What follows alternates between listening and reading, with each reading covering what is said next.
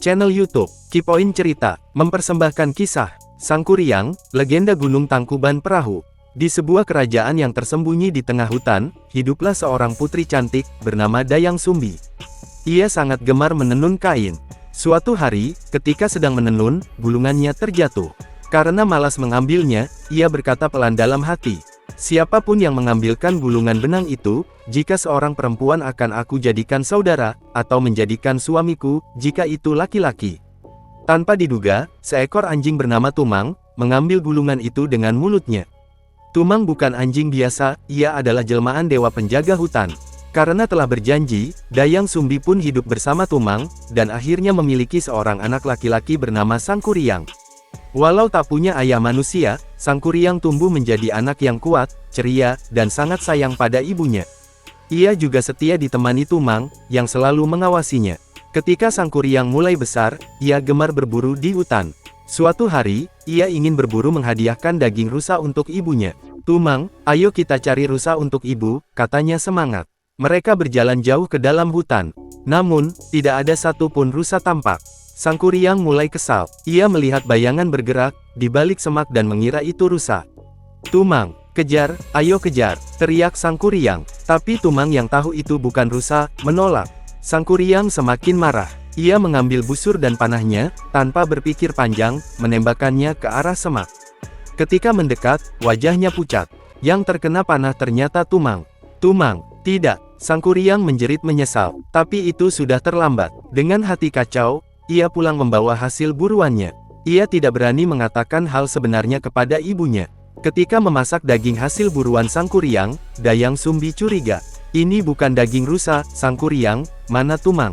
tanya ibunya. Sangkuriang akhirnya mengakui perbuatannya. Dayang Sumbi sangat marah dan sedih. "Kau telah membunuh Tumang, yang selalu menjaga dan menemanimu kemanapun. Pergi kau dari sini." Sambil memukul kepala anak itu dengan centong di tangannya, usirnya kesal. Sangkuriang ketakutan, lalu ia berlari meninggalkan rumah. Ia tidak pernah kembali sekian lama, ia terus berjalan, berlari menjauh dari tempat tinggalnya, tanpa arah dan tujuan. Hingga akhirnya, Sangkuriang bertemu seorang kakek yang berilmu tinggi, dan berlatih ilmu kesaktian. Setelah sekian tahun, di tempat lain, Dayang Sumbi, yang diberi anugerah awet muda, oleh para dewa, tetap terlihat cantik seperti dulu. Suatu sore, saat ia sedang berjalan-jalan, muncul seorang pemuda gagah, yang tidak ia kenal. Mereka saling menyapa dan berbincang. Pemuda itu sangat sopan dan ramah. Dayang Sumbi merasa nyaman, namun ada satu hal yang membuatnya terkejut, wajah pemuda itu sangat mirip dengan Sangkuriang kecil. Belum sempat ia bertanya, pemuda itu berkata, "Perkenalkan, aku Sangkuriang." Dayang Sumbi kaget, anaknya telah tumbuh menjadi pemuda kuat dan tampan, dan jelas ia tidak mengenali ibunya, yang tetap muda. Sangkuriang jatuh hati pada Dayang Sumbi, tanpa tahu itu ibunya sendiri. Dayang Sumbi tentu menolak lamaran Sangkuriang. Ia kemudian melihat bekas luka di kepala Sangkuriang, luka yang pernah ia buat ketika marah dulu, bertahun-tahun lalu. Saat itulah ia yakin, bahwa pemuda itu benar-benar anaknya. Ia berkata lembut, "Sangkuriang, aku tak bisa menikah denganmu. Aku adalah ibumu." Sangkuriang terkejut, dan tidak percaya. Ia merasa ditolak. "Kau hanya mencari alasan," katanya marah. Agar Sangkuriang mundur, Dayang Sumbi memberi syarat yang sangat sulit. "Jika kau bisa membuat danau besar, dan perahu raksasa hanya dalam satu malam, aku akan menikah denganmu." Sangkuriang tersenyum yakin. "Baik, ibu, Dayang Sumbi. Aku akan menyelesaikannya." Sangkuriang memanggil kekuatan gaibnya. Ia bekerja ditemani para jin hutan, menebang pohon besar, untuk membuat perahu raksasa, menggali tanah dan memanggil mata air, untuk membuat danau besar. Langit malam dipenuhi cahaya aura api dari para jin. Suara tumbuhan dan tanah yang digeser, terdengar menggema di seluruh hutan.